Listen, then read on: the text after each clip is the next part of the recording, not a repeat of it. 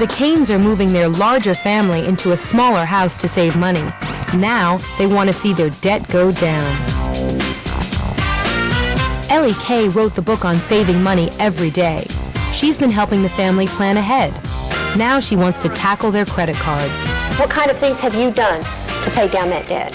I pretty much just concentrated on transferring to low balance credit cards and cutting back a little here and there. You know, a lot of families find that when they have extra money, they want to pay off those credit card debts. But saying that you want to do it and actually doing it can be two different things. You're coming into this marriage with zero credit card debt, is this right? Oh my goodness, now I know why you married her. I mean, this is great. Maybe you're not as disciplined as Matt and Ann were. So the important thing is accountability.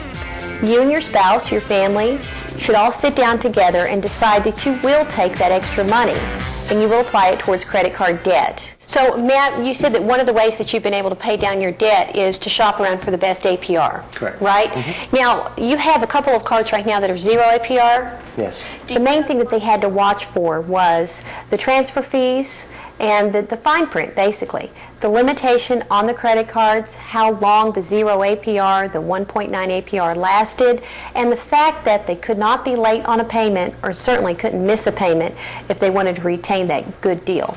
It sounds like you've been really well disciplined to transfer it before it hits, but that's kind of called the shell game in some ways because you're moving things around and it can work to your advantage. But if you're not careful, it can also come back and kind of haunt you.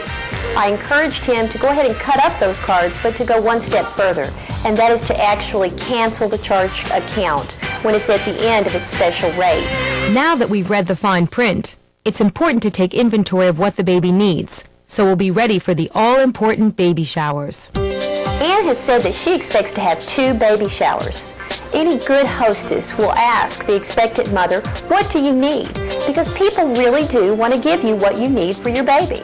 I encourage Matt and Ann to take inventory of everything that they need for the new baby, from the large items such as a bed or a crib, all the way to strollers and clothing. I also encourage them that if they're going to have 2 showers, to suggest perhaps having a diaper shower. The real key to this is to have everyone bring 1 or 2 packages of diapers, but they need to be brand names, because then when the baby gets bigger, you can take them back to any kind of a store without a receipt and exchange them for the larger size. Managing all those diapers could be a full-time gig. All this advice should help the Kanes save some money, but Ann's been wondering if quitting her job as a medical assistant might actually help save even more. I'm working part-time right now, and not sure if I'm gonna continue working or just stay at home after the baby comes. I think it's gonna depend on money-wise whether we can do it.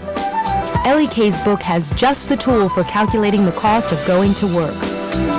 I have worked with a lot of families throughout the years on the Working Mother's Compensation Sheet.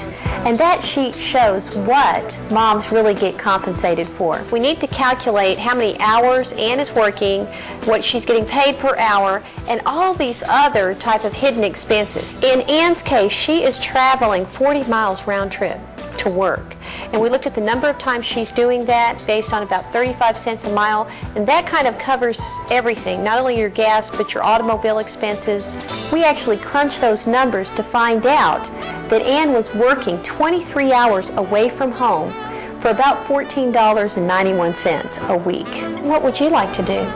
No, I have no problem staying home. I stayed home with my daughter for the first 8 years, so. Sometimes working moms just need to crunch the numbers, and it empowers them to be able to say, you know what, I'm going to stay home with my kids for a very short season of life when they're little, and then I'll return to the workforce when I can be compensated adequately. Our biggest plan was to try to get her to stay home anyway with the new baby coming and with Erica being there most of the time. And it's comforting to know that we're not really losing anything. With plans to manage their debt, mortgage, and new baby expenses underway, Ann feels like staying home is a good choice after all. Now if they could just finish moving. Everybody's got a box. Let's go. So far, the kids are adapting easily to some major changes. But we'll introduce them to a step-parenting expert, just to make sure nothing and no one's left out.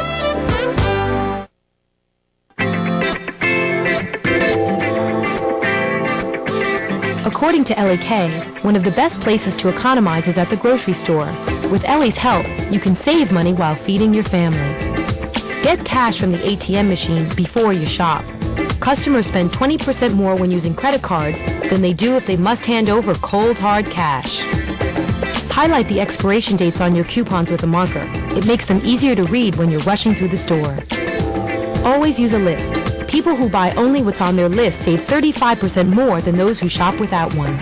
Every grocery store has lost leaders, sale items that may be selling for less than the store paid for them. They're usually pictured on the store flyer. Don't miss out on these buys. Check the shelves above and below eye level. Stores hide some of their best bargains in out-of-the-way places. And don't be tempted by free food samples. People are twice as likely to make an impulse purchase once they have a taste.